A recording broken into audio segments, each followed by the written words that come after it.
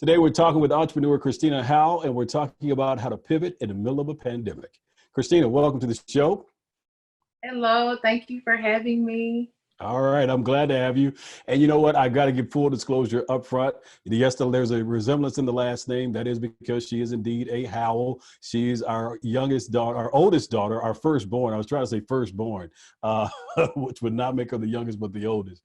At any rate, she's an entrepreneur in her own right. And today we're talking with her about how she has maintained a successful business in the middle of this pandemic.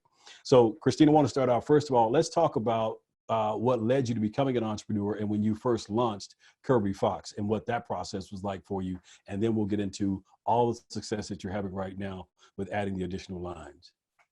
Okay. Yeah. So what led me to becoming an entrepreneur? I think it was having, I came into my 20s as a mother, and actually coming into my 20s as a single mother, trying to figure out a way, like, what do I do from here? Realizing that I have more responsibility. It's not just the going to work and going to the club thing anymore. You know, it's figuring out what is my purpose and how can I provide for my child. And so that journey ended up leading me to entrepreneurship. When I think back on it now, a lot of the things that I did in my early 20s was me being an entrepreneur, but I didn't see it like that at that time. It was just a hustle for me, a way to make, extra money. But in 2013, I actually ended up getting let go from my full-time job. And at that point, I felt like I never want this feeling again of being dependent on a company and going to work one day and they're saying, you know what, this is it.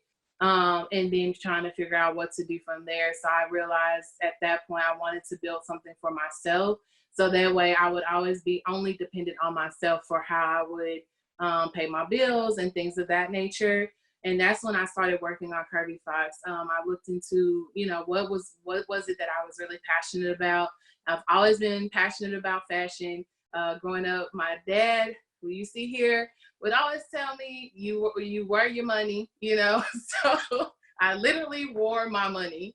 And so now today I am literally wearing my money on vacation. I wear my money to travel and see the world and create ventures and memories with my friends and my sister.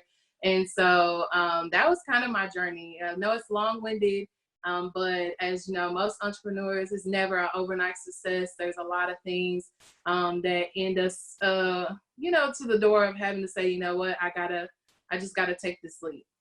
Yeah. Wasn't long-winded at all. I mean, it's your journey, and it's helping us to really get a better perspective and understanding your journey because there are other people who are going around down that same road. So 7 years of Curvy Fox, swimwear line, primary focus with the swimwear line, great success with that. But then let's go now and talk more about, at what point did you decide, okay, I want to do more than the swimwear line and start bringing in additional items into the Curvy Fox line? So that actually was a decision. So when I first launched Curvy Fox, I launched it wanting to create a plus size fashion house. I wanted to be the Gucci of plus size fashion. I wanted to be able to offer purses and shoes and beauty and skincare and fashion and all those things. And when I actually started learning the manufacturing process and going through and creating my first line, which was actually a ready to wear collection, which is typically like your skirts, your dresses, tops, things of that nature. I realized, you know what, I don't know that I can afford to be a plus size fashion house at the time. So when after we launched that first collection, which did not do good at all, I didn't sell anything. I got a lot of great feedback on it, but I never got any sales. And at that time I was getting ready for my birthday. I'm a summer baby, so I like to always, try to take some sort of trip for my birthday.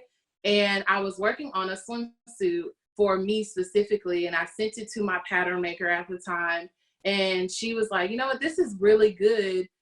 You should just focus on, swimwear because you can repeat this, and once it builds itself up, you'll be able to, add on additional things. The business will be able to support it at that time. And so I was like, okay, you know what? I do always have a hard time finding swimsuits, hence the reason why I was trying to create my own. And so I was like, okay, let's try it. And in April 2017, launching the swimwear brand and going through, I was still trying to figure out how I can release different things because of course I want it all right now. Like I don't like to wait for things. Once I get an idea, I'm ready to go right then. Especially don't let me have any extra funds at the time. I'm like, let's go. Yeah. And so it's always been a desire of mine to be able to do more. It's just been finding a way to be able to do it in a way that made sense and not just throwing things out there because I want it, but throwing things out there that my customers want, that they have, they purchased something that's similar to it, or they've even asked us, hey, do you offer this? I check the search bar of our website a lot to see what kind of searches are coming in from customers to get an idea of what to offer next. And so that's kind of what it's always been a goal, to be able to offer more. It's just figuring out when and how to do it. Good deal. Okay, so you said something there a moment ago that I really want to delve into more, and I believe plays a large role in the success that you have. You're not someone who just had an idea about having a swimsuit line, things of that nature, and having cute clothes. You also started educating yourself and doing the due diligence to understand the back end of your website. How you just talked about a moment ago, how you are able to see what folks are searching for on your website. That's the type of education that you took on to make sure that you could have a full-fledged e-commerce business. Talk about some of the steps that you took to be able to get that level of education, to be able to understand what it is that your customer base is looking for. Okay, so the steps I took to kind of educate myself was, one, starting with what I didn't know and figuring out what those resources out there that were available. I mean, from the very beginning, learning manufacturing, I don't have a fashion background. My background is in information technology. So having to even learn what does that look like to manufacture a product. I searched forums and Amazon and Google, everything, looking for resources that had a lot of good reviews for people who said they were able to create products that way. And when I first started out, I did pay graphic designers and web developers to create my site. But if something was to happen, of course, when I was first starting, I didn't have a lot of money. So if something happened, I would kind of just be stuck because I didn't have the money to pay them to fix it, or it just wasn't fixable. It was like I had to transition to a different site or something of that nature. So again, wanting to be self-dependent on making sure that I was able to continue to pay for the things that needed to be paid for to push my business forward, and not having to budget for the website and budget for product and budget for, all the other expenses. I taught myself doing the same thing, going on forums, reading books. I spent a lot of time on Shopify's community board, reading some of the things that people are having issues with their site, or if there's a really good app out there. I buy a lot of ebooks on Instagram from different people, just trying to get knowledge on, what has worked best for them, especially if they're a six-figure business.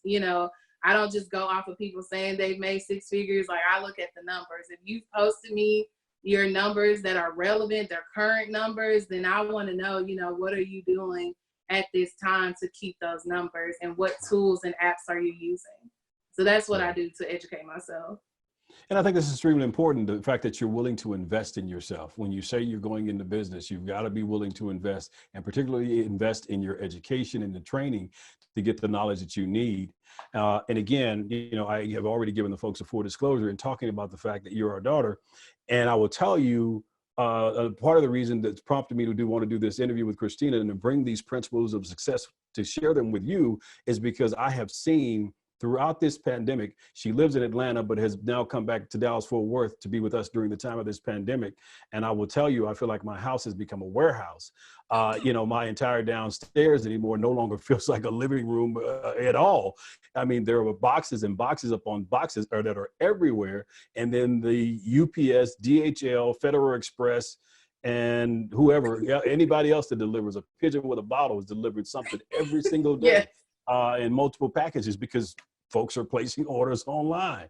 So I wanted to have her to talk about this whole e-commerce piece, because I think, again, the way that things are shifting now, we have to be looking at different models, different processes, and what we're going to do as entrepreneurs, and how do we shift to primarily go to an online business, if in fact you're not already doing that, or you may be doing that to a small degree now, where that now you may have the opportunity to grow that if you're willing to invest the time, invest in your education, and really get up to speed and understand. That's an area that I'm being challenged in myself, because a lot of what we do is actually going out and meeting customers face to face. So when we start talking about e-commerce and e-products, things of that nature, we do have to get up to speed and understand that process. So Christina, I want to come back to you and talk about, and you talked about what put you in the mindset of making this transition, but let's talk about what you feel has attributed to the success. I talked about the education piece of it, but what else do you feel has really allowed you to be as successful as you've been throughout this pandemic? I'd say the biggest thing that allowed Curvy Fox to be successful during this pandemic would be the fact of I got out of my own way. You know, I was very stuck in the way of how I wanted to do things. You know, I had met with different marketing people. I invested money in marketing specialists and had them create plans for me. And I've tested multiple, and all of their plans included one thing: me going live. And that's something I was not willing to do. I don't want to be the brand. I want Curvy Fox to stand on its own. I'm not trying to be the celebrity in the brand. Like, you don't know what the CEO of Forever 21 looks like. You don't know what the CEO of JCPenney looks like. I don't think you should know what I look like. But they all said the same thing. The customers want to know who they're buying from. And so actually getting ready for National Virtual Vacation Day, which just happened to fall at the very beginning of this pandemic, you know, wanting to do a virtual event to kind of go along with the theme of swimwear and traveling. And it just made sense. And so we're like, okay, we're going to do this virtual cruise. And we do the virtual cruise, and everybody loved it. They were really engaged. A lot of people know I go by a nickname. And somebody mentioned my nickname on one of the lives, and now all the girls call me by my nickname. Like, we are the best of friends to them. We're virtual BFFs. Wow. And a lot of them, they instantly leave the live and go purchase a product. For me, as being a single mom, I know how challenging it can be. Like, if you barely were making it and something like this comes along, it can hit you really hard. And so I wanted to do something to give back to not just single moms, but women in general that have been financially impacted by COVID-19. So in each one of the lives, they didn't know it. I would be like, oh, we're going to play a game. And so if they won that round for the game, I was like, well, DM me. I got, you know, some money for you. I never say how much it was, you know, just like, DM me. I got some money for you. And that's how it started. We would DM, and I would say, you know what, I would kind of think about it. How much am I going to send? And I would send the money. And every single person we sent money to, they were sending us their testimonials on, you know, how they really needed the money. They didn't want to say anything, but they really needed it to either buy something for their household, groceries, get their car fixed, buy a desk so that because they're now working from home where they would usually go into the office. And so I think people seeing how generous I was and them wanting to spread that generosity to other people, or just going back, a lot of the ladies took the money and went back and purchased swimsuits on the site. You know, even if they didn't go back that day, I saw some come back like weeks later and they made purchases on the site. Yeah. You know, that type of creativity, I think, is what it's called for now. You know, the fact that, you know, you could have easily said, okay, I say have a swimwear line. We're in quarantine. No one's going swimming. At least they're not going anywhere outside of their home anyway. So I probably wouldn't really be able to do anything right now. But you said, no, here's an opportunity. Virtual Vacation Day is the perfect opportunity for me to now talk about my swimwear line and bring a group of women together to encourage them, to support them. And in addition to that, I'm now going to give away funds. I want to say this part as well. That was important for you to be able to connect with the women. And I think part of the reason you connected so well, and one of the things we haven't mentioned here, is it's not just a swimwear line, but Curvy Fox is really, I call it a movement. And I kind of just take it up on myself to just say that. You don't say that as much, I see it as a movement because it's another way in which you're actually encouraging women. And talk about your tagline and what that means in terms of beauty and things of that nature. Yes, I agree. Curvy Fox is definitely a movement. And in all of our language that you see on the site, we call it a lifestyle fashion movement. And basically, the tagline for the brand is defy the rules. And as a plus size woman, there are so many things that we're told, like you can't wear stripes, or you shouldn't wear loud colors, and you should stay away from two-piece outfits and just wear a one-piece suit, or you should make sure you don't show too much skin because you don't want to look, kind of slutty, or, whatever, risque, or however you want to say it. But there's so many rules to what plus size women can wear. And so with the swimwear line, I wanted to empower women to step outside of those rules and wear what it is that makes you confident and comfortable. Like, you had to pay for your vacation. There's no reason for you to be uncomfortable doing your vacation. A lot of plus size women have told me they've never worn a swimsuit a day in their life. Like, a Curvy Fox suit was the first swimsuit they ever purchased. They would typically wear like a t-shirt and shorts out to the pool, or, baggy, oversized shirts when they go out on vacation, or they have a really cute cover up just to kind of fit in with things. But it really was to try to get women to step outside of that and live beyond those rules of what society said is beautiful, what the proper size you should be, but really reclaiming your confidence and being bold in your style. Yeah.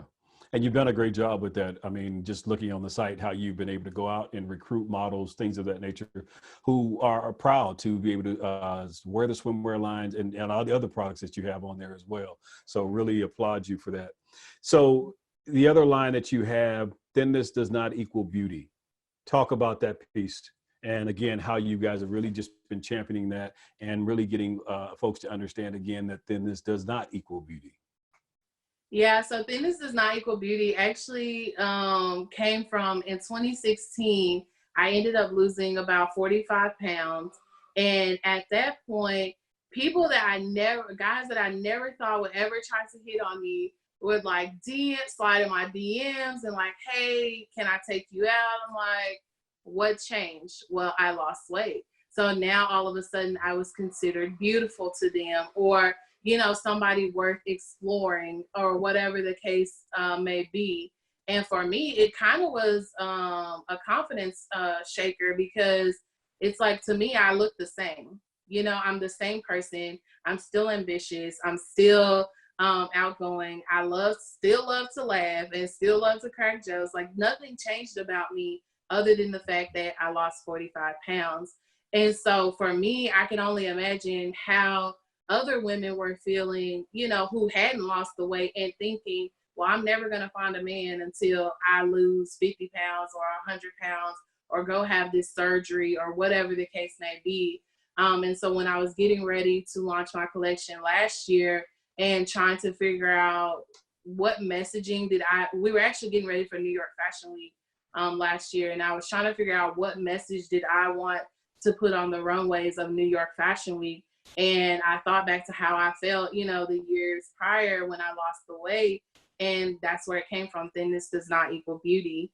And now today, that being the title of our podcast, Thinness Does Not Equal Beauty podcast, where this season we're talking about dating while plus size. And even like you said on the site, we have t-shirts and tote bags and things like that to help spread the messaging that thinness does not equal beauty, which has resurfaced as a conversation because of Adele's recent weight loss and her posting it on social media, and a lot of women being triggered again that, hey, she was beautiful when she was her size before, and she was still a Grammy winner and all these other things. But now more people are like, oh, she's so gorgeous. She literally looks the same. She just lost weight, Yeah. So it's resurfaced again. Wow.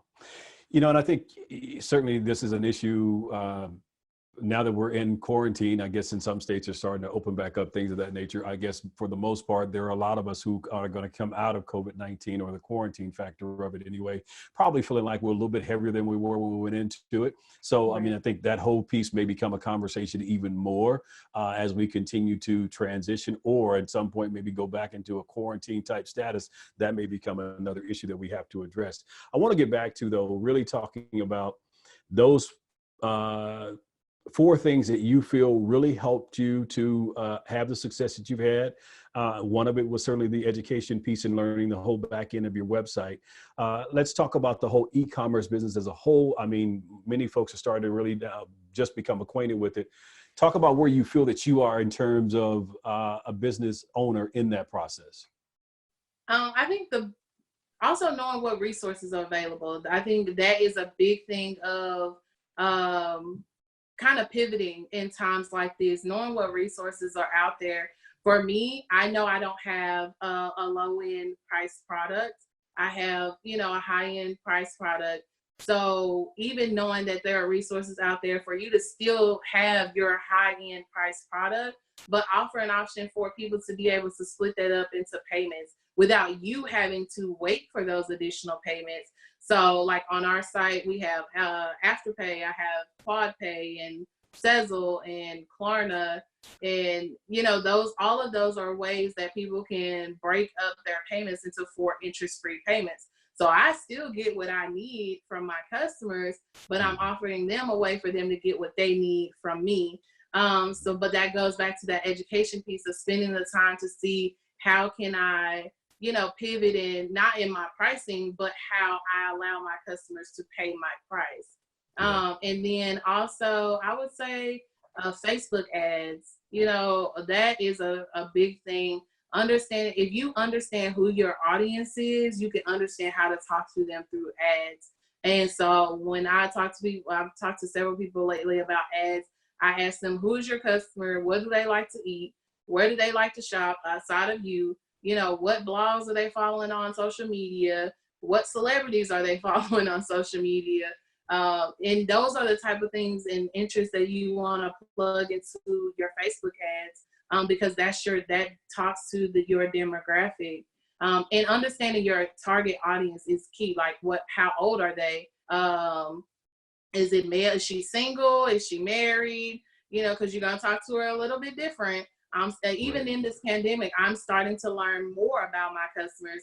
My customers love men. They love to see men on social media. And so even though that wasn't content that we were putting out before, we started doing the quarantine houses and things like that, because that's the content that they like. That's what they're drawing to. So not just your education on your website, but your education on your social media. What are your insights saying? What posts are your customers are saving the most?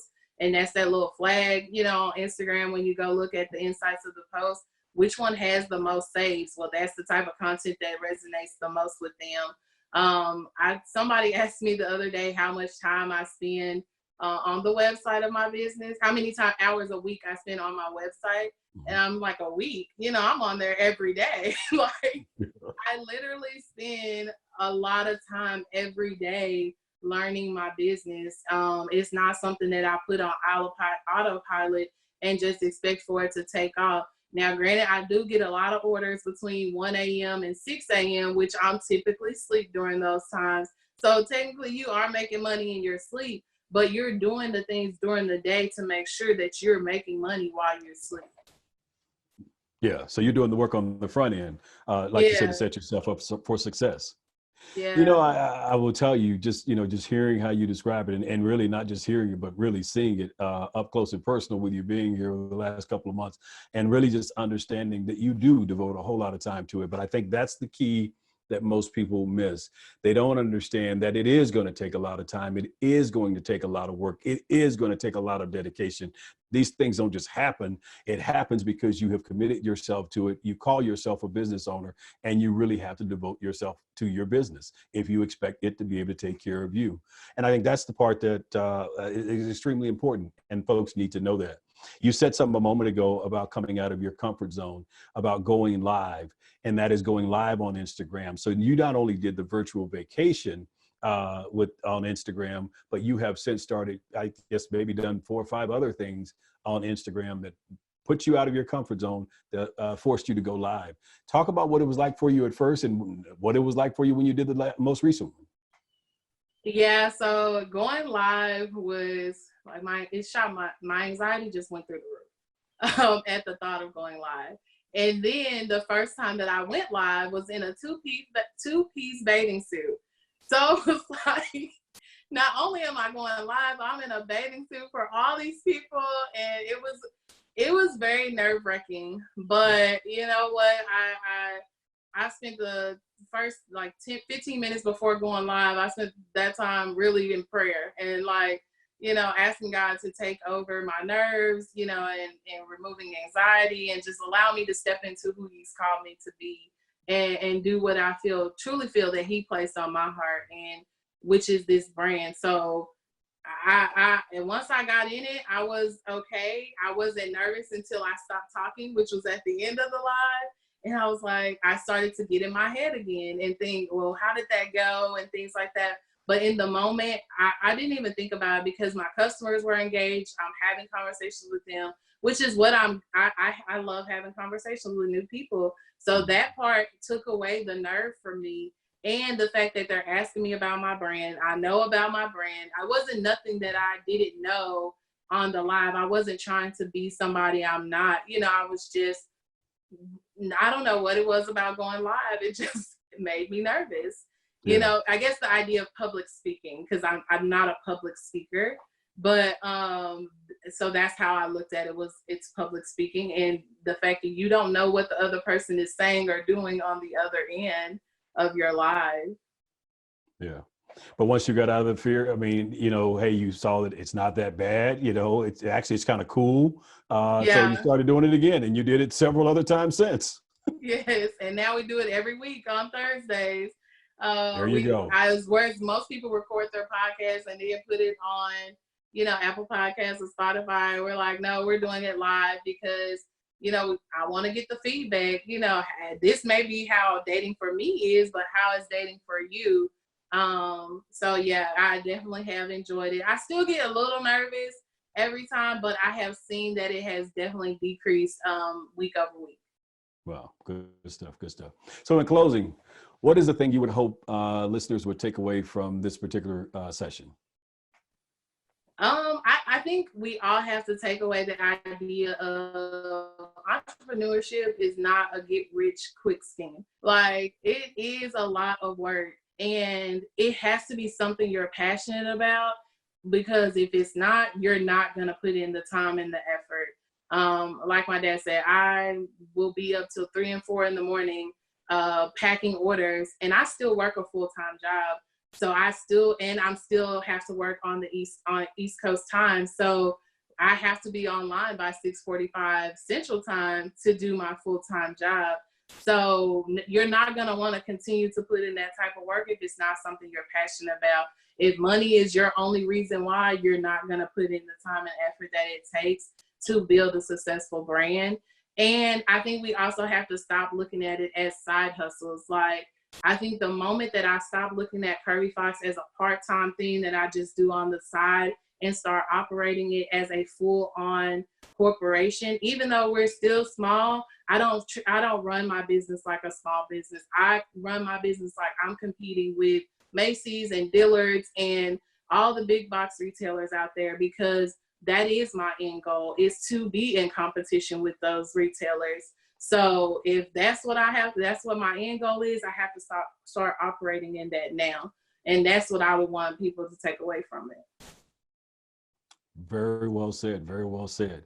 Well, you know what? I'm not going to try to add anything to that. This is like just trying to come behind the pastor after he's already preached the sermon. I think she did a very good job of giving you the takeaways from this session. But again, it's been a great pleasure having her on. Thank you so much for downloading this week's podcast. Really hope that you're getting a lot out of it. In fact, why don't you go to iTunes or wherever you're listening from, leave us a review. Those reviews are helpful because, again, it helps us to get higher in the search engine, things of that nature. So why don't you go on and leave us a review? And again, it's Curvy Fox. Go to Curvy Fox, check out Curvy Fox. We'll get getting ready to get into summertime. And of course, ladies, there's an opportunity for you to go and get your swimwear together. And not only swimwear, but she also has some other things out there for you as well. Christina, thank you so much for being with me this week. Thank you. All right. Although you're right downstairs. Thank you so much for being here. Y'all have a great week. Talk to you later. Bye.